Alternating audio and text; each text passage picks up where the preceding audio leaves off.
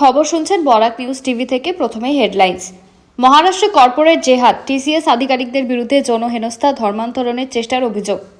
অ্যালকোহলে ডোবানো 795টি কুকুরের যৌনাঙ্গ, বন্ধ্যাত্বকরণ নিয়ে বড় দুর্নীতি বিজেপি শাসিত মধ্যপ্রদেশে। রবিনসন স্ট্রিট মনে করালো মিরাট, মেয়ের দেহ আগলে 4 মাস এক ঘরে বাবা। অসমে অবৈধ অনুপ্রবেশ চক্রের পর্দাফাঁস, খাস গুয়াহাটিতে ধৃত 4 বাংলাদেশি নাগরিক। বাংলায় ট্রাইব্যুনালে আবেদনকারীরা এবার ভোট দিতে পারবেন না, সুপ্রিম কোর্ট জানালো। মোথাবাড়ি কাণ্ডে সুপ্রিম কোর্টে রিপোর্ট জমা এনআইএর, সব বিচারককে নিরাপত্তা দেওয়ার নির্দেশ। বিস্তারিত খবরে যাওয়ার আগে অনুরোধ, ভিডিওটি লাইক করে চ্যানেলটি সাবস্ক্রাইব করে রাখুন। এবার আসছি বিস্তারিত সংবাদে। মহারাষ্ট্রের নাসিক শহরে শোরগোল। টাটা কনসালটেন্সি সার্ভিসেস একাধিক মহিলা কর্মীর উপতলার আধিকারিকদের বিরুদ্ধে যৌন হেনস্থার অভিযোগ আনলেন, এমনকি তাদের ধর্মান্তরণের চেষ্টা হয়েছে বলে অভিযোগ। রাজ্যের একাধিক থানায় মর্মে অভিযোগ দায়ের করেছেন নির্যাতিতারা। একটি ধর্ষণের অভিযোগও রয়েছে। এই ঘটনা এখনো পর্যন্ত 6 জনকে গ্রেপ্তার করেছে পুলিশ। বিজেপির অভিযোগ, নাসিকের ঘটনা কর্পোরেট জেহাদের একটি উদাহরণ। একটি সর্বভারতীয় সংবাদ মাধ্যমের প্রতিবেদন অনুযায়ী এফআইআর করেছেন 18 থেকে 25 বছর বয়সী টিসিএস এর মহিলা কর্মীরা। গত 2 থেকে 3 বছর ধরে তাদের উপর নির্যাতন চলেছে বলে অভিযোগ। গ্রেপ্তার হওয়া 6 অভিযুক্তের মধ্যে টিসিএস এর ইঞ্জিনিয়ার পদমর্যাদার আধিকারিকও রয়েছেন। আরও কয়েকজনের বিষয়ে খোঁজ নিচ্ছে পুলিশ। প্রয়োজনে তাদের গ্রেপ্তার করা হবে। এনআইএ রিপোর্ট অনুযায়ী শ্লীলতাহানি ও ধর্মান্তরণের চেষ্টার অভিযোগে গ্রেপ্তার করা হয়েছে টিসিএস এর বিভিন্ন পদে থাকা আসিফ আনসারি, শফি শেখ, শাহরুখ কুরেশি, রাজাজ মেনন, তৌসিফ আত্তার এবং অশ্বিন চাইনানিকে। মধ্যপ্রদেশের মন্ডলায় কুকুরের বন্ধ্যাত্বকরণকে কেন্দ্র করে এক সাংঘাতিক অভিযোগ উঠেছে। একটি বাড়ি থেকে ড্রামে ডোবানো 795টি কুকুরের যৌনাঙ্গ উদ্ধারের পর থেকেই চাঞ্চল্য ছড়িয়েছে। সন্দেহ, কোনো বড়সড় জালিয়াতির চেষ্টা করেছে একটি স্বেচ্ছাসেবী সংগঠন। ঠিক কি অভিযোগ? মন্ডলা পুর কাউন্সিল কুকুরের বন্ধ্যাত্বকরণ নিয়ে একটি টেন্ডার প্রকাশ করে। সেখানে কুকুর পিছু 679 টাকা ধার্য করা হয়। শেষ পর্যন্ত জব্বলপুরের একটি স্বেচ্ছাসেবী সংস্থা সেই টেন্ডারটি পায়। কিন্তু অভিযোগ ওঠে, একটি কুকুরেরও বন্ধ্যাত্বকরণ করা হয়নি। বারংবার বলা সত্ত্বেও পরিস্থিতি বদলায়নি। এমতো অবস্থায় গত 2 এপ্রিল মা অম্বে এন্টারপ্রাইজেস নামের ওই সংস্থার চুক্তি বাতিল হয়ে যায়। এর মধ্যে পশুপ্রেমী নিশা সিং অভিযোগ করেন, ওই সংস্থা ভাড়া নেওয়া একটি বাড়িতে তিনি সন্দেহজনক কার্যকলাপ লক্ষ্য করেছেন। সে অভিযোগের ভিত্তিতে পুলিশ, তহসিলদার, পশু চিকিৎসক এবং পুরসভার কর্মীদের একটি দল তৈরি করা হয়। পরে সেই যৌথ বাহিনী সেখানে তল্লাশি চালায়। আর তারপরে আবিষ্কৃত হয় ঘরটির মধ্যে 2টি ড্রামের ভেতরে সংরক্ষিত রয়েছে 795টি কুকুরের যৌনাঙ্গ, যার মধ্যে 518টি পুরুষ ও 277টি স্ত্রী কুকুরের। অভিযোগ, ওই অঙ্গগুলি বাইরে থেকে আনা হয়েছে এবং জমিয়ে রাখা হয়েছে বন্ধ্যাত্বকরণের ভুয়ো দাবিকে প্রতিষ্ঠার কাজে লাগানো হবে বলে। রবিনসন স্ট্রিটের স্মৃতি এখনো ফিকে হয়নি বাংলার মানুষের মন থেকে। এর মধ্যে এবার উত্তরপ্রদেশে একই ধাঁচের একটি ঘটনার সাক্ষী থাকলো মিরাট। দাবি, 34 বছরের কন্যার মৃত্যুর পর 4 মাস বাবা সেই দেহ আগলে রেখেছিলেন। পচনের গন্ধ ছড়ানো এড়াতে সুগন্ধিও এমন এক ঘটনা প্রকাশ্যে আসতেই চাঞ্চল্য ছড়ালো এলাকায়। জানা গিয়েছে, প্রিয়াঙ্কা বিশ্বাস নামের ওই যুবতী ও তার বাবা উদয় ভানু বিশ্বাস থাকতেন একটি বাড়িতে।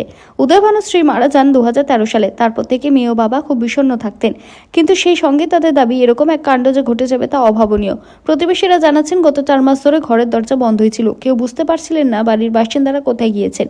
কিন্তু সম্প্রতি উদয় ভানুকে পার্শ্ববর্তী এলাকার একটি চায়ের দোকানে চা খেতে দেখা যায়। তার কাছে প্রিয়াঙ্কা সম্পর্কে জিজ্ঞাসা করা হলে তিনি প্রাথমিকভাবে বলেন, তার মেয়ে অসুস্থ হয়ে দেরাদুনের একটি হাসপাতালে ভর্তি।